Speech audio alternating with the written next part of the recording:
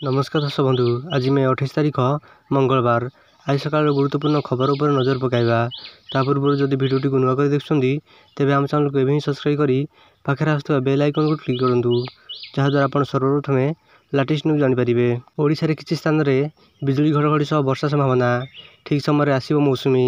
भुवनेश्वर आगामी 5 दिन रे ओडिसा रे किछि स्थान रे बिजुली घड़घड़ी सह वर्षा संभावना।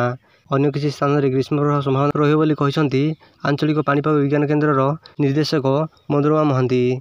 से आहरी मध्य कहिसंती जे वर्तमान आर्द्रता बहुत अछि, तापमात्रा मध्य बढ़िया संभावना रहिछि। 3 ରୁ 4 डिग्री बढ़िया संभावना। आगामी 24 घंटा रे गरम गुळगुळी स्थिति लागि रहिबो। 29 और 30 तारीख रे सुंदरगढ़, झारसुगुड़ा, संबलपुर और नुआपड़ा रे ग्रीष्म प्रवाह स्थिति रहिबो। 30 और 1 तारीख रे किछि स्थान रे बिजुली घड़घड़ी सह वर्षा और पवन मध्य होई पारे। ए समय पवनर गति रहिबो 40 ରୁ 50 किलोमीटर प्रति घंटा। आगामी 4 दिन भितरे समय अनुसार केरल छुईबो मौसुमी। ओडिशा को छुईबा 4 दिन पूर्वरु आकलन करिहेबो। ओडिशा किछि स्थान रे कम वर्षा होई पारे, किछि जगह रे मेघपाग रहिबो।